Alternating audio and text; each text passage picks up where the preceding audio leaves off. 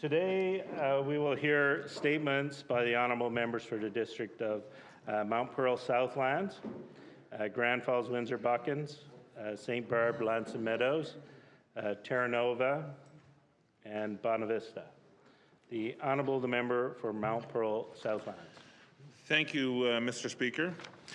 It's with great sadness that I recognise the sudden passing of a gentleman who touched many lives in my district and throughout our province. Ordained in 1987, this proud Mount Pearl resident, the Right Reverend Dr. Jeffrey Peddle, served many parishes, including the Parish of the Ascension and Parish of the Good Shepherd in my community. A noted author, he penned various academic articles and books, including From Mount Pearl to Sinai, The Atonement of Jack Fowler, The Church Lads Brigade in Newfoundland, A People's Story, and the Church of England Orphanage in Newfoundland, 1855 to 1969.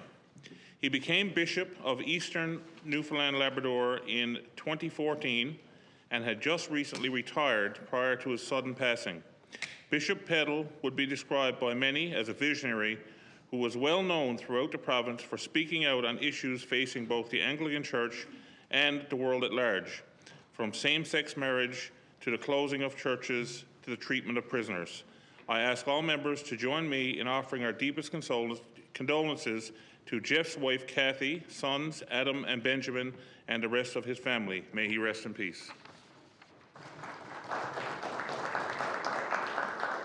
The honourable member for Grand Falls, Windsor Buckins. Thank you very much, Mr. Speaker.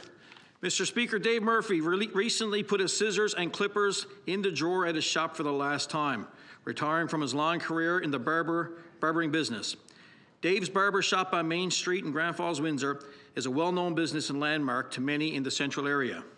Dave started cutting hair with Mike Murphy on January 27, 1952. He remained with Mike until the spring of 1966. He was the last barber to apprentice under Mike. In 1968, Dave started a shop with Terry Ballard. This business partnership ranged from 1968 to 1974. Then Terry left and started up in the mall. Dave's shop on Main Street burned down on February 3, 1977. In less than a month, he was up and running again. The number of haircuts Dave has given, I can only imagine. It's safe to assume he has given 1 million+ haircuts over his lifetime. Many will remember their very first haircut from Dave's. Hats off to Mr. Murphy for his many years of dedicated service as he hands his scissors over to Greg Beeson. After 68 years of cutting hair, Mr. Beeson has some big shoes to fill, but I have no doubt he's up to the task. Thank you for your service, Mr. Dave Murphy, and enjoy your retirement after 68 years of cutting hair.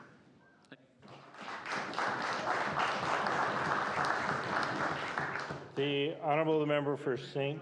Barb, L'Anse Meadows.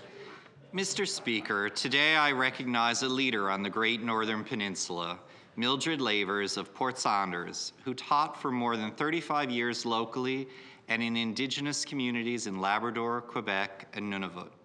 She is a determined advocate of Indigenous people as president of the Great Northern Peninsula Mi'kmaq Band, Norpen Aboriginal Women's Circle president, and director at the Halapu Cultural Foundation, and former director of Newfoundland Aboriginal Women's Network, NAN.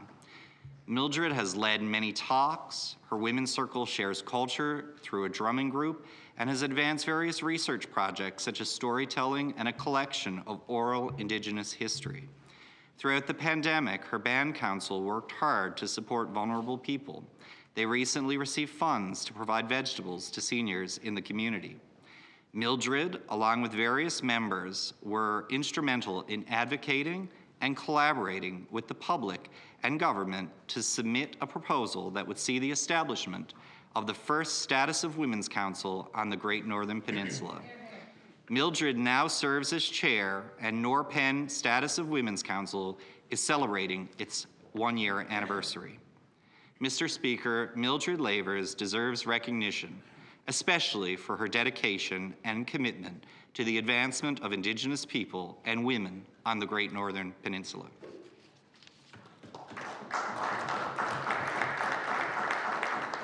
The honourable member for Terranova.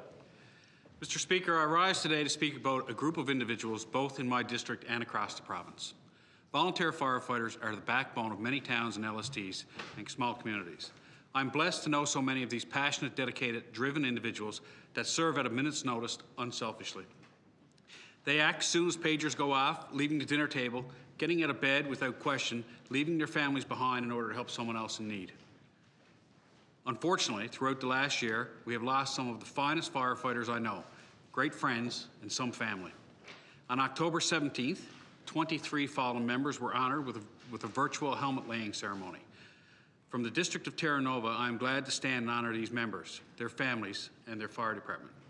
Wilson Wiseman from Clarenville, past president of the Provincial Association.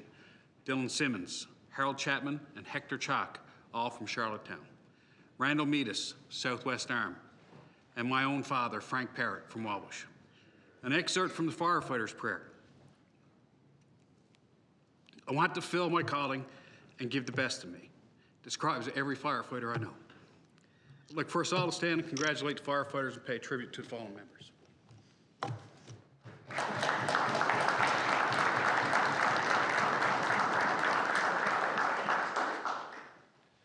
The Honourable Member for Bonavista. Thank you, Mr. Speaker. On Friday, July the 10th, within the District of Bonavista, the Discovery Aspiring Geopark was designated a UNESCO Global Geopark. It consists of 1,400 square kilometre landmass and approximately 280 kilometres of rugged coastline comprising 25 communities, 7 of whom are incorporated municipalities, with a population of more than 8,200 people, with over 500 million-year-old rock formations, internationally acclaimed hiking trails, and provincial and national historic sites.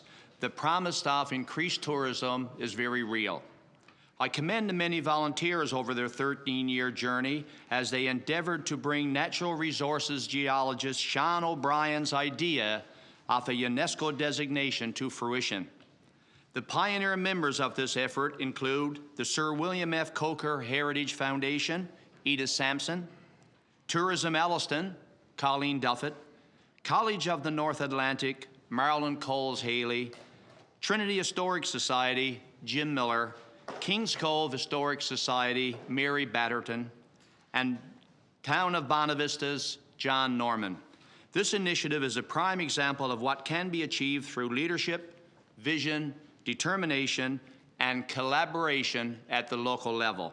I ask the members of the 49th House of Assembly to join me in congratulating all those volunteers involved in this outstanding achievement.